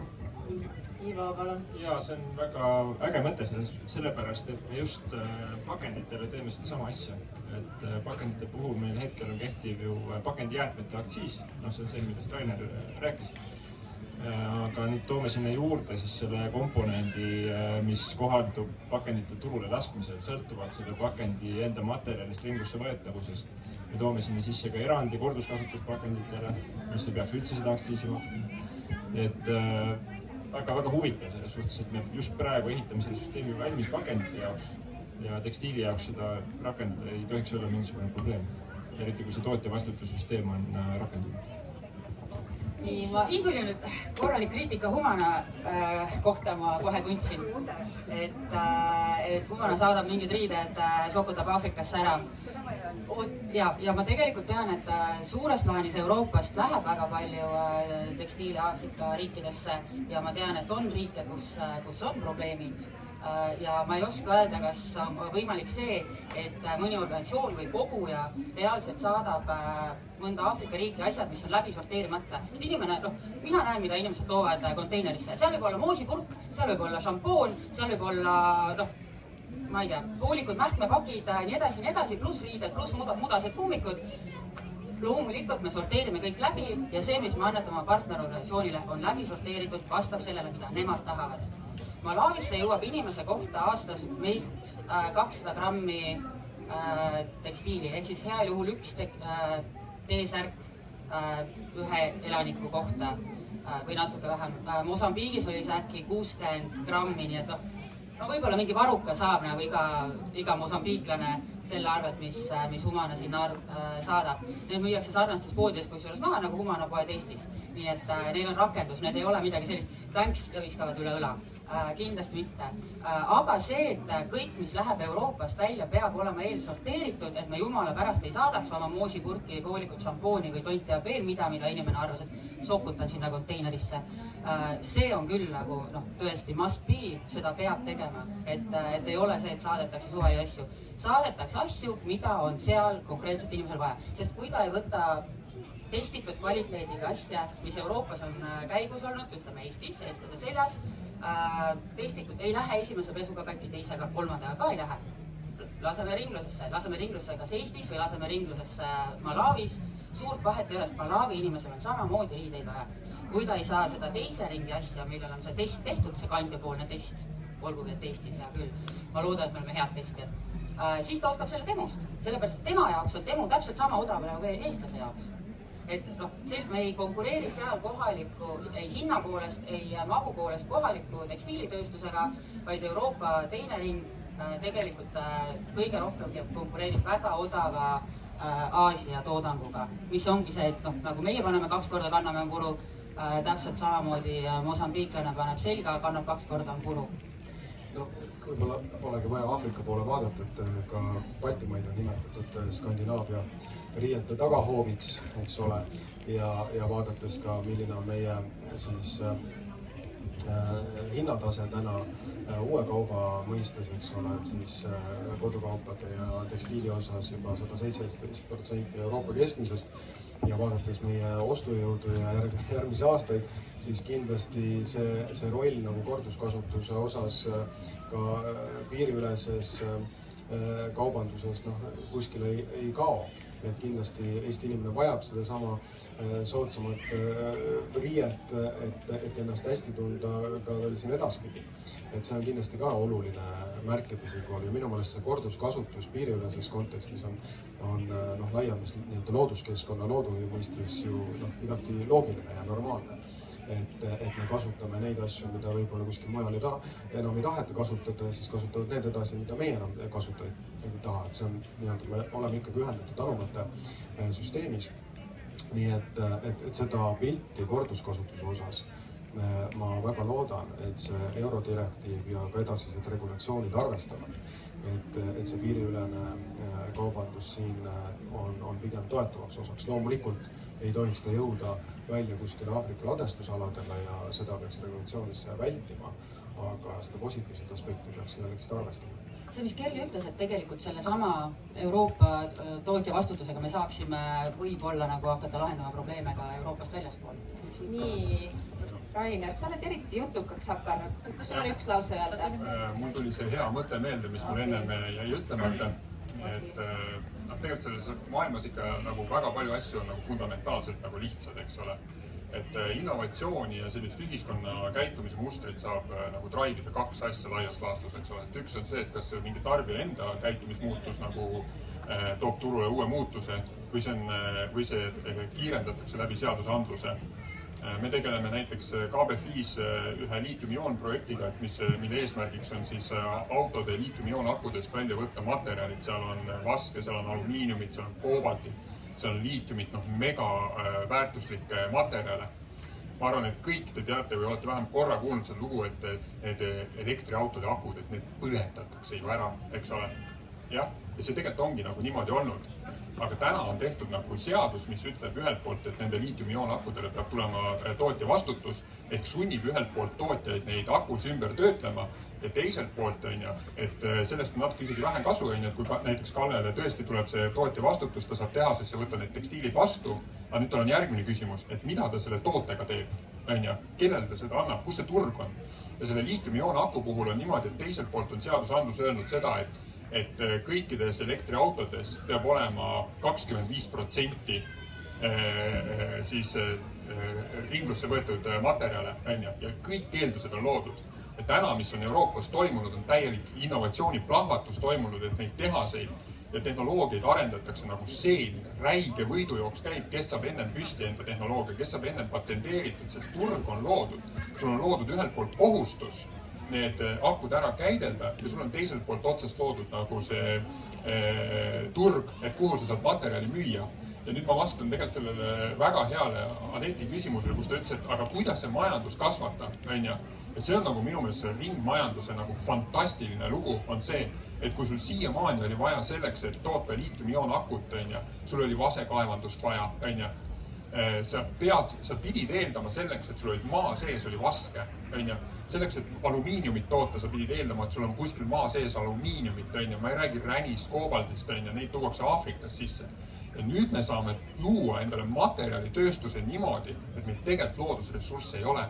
Me saame luua endale puuvillakasvatuse niimoodi, puuvillatööstuse niimoodi, et meil Eestis puuvillakasvatust ei ole. Me loome selle lihtsalt ringmajandustehnoloogiate peale, me kaevandame seda puuvillasid samast. Aga meil on vaja seadusandlikku pushi. Väga hea kokkuvõte või see lõpupunkt, seadusandlik push.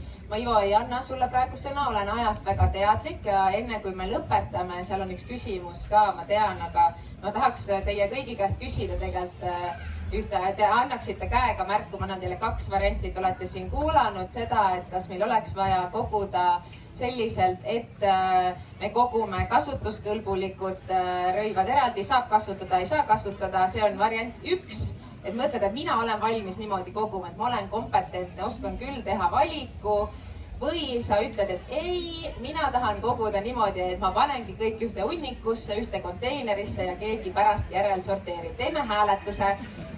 Variant 1, oled valmis koguma kõlblik ja kõlbmatu eraldi, tõsta käsi, vaadake silmega peale, kes on valmis, võtte kontaktid. Nii, ja nüüd variant 2 tahab ühte kohta kõik asjad panna. Siin on väga väike vähemus, aga väga hea. Võib-olla see publik on kallutatud siin natukene. Aga meie aeg on otsa saanud. Aitäh meie kõnelejatele.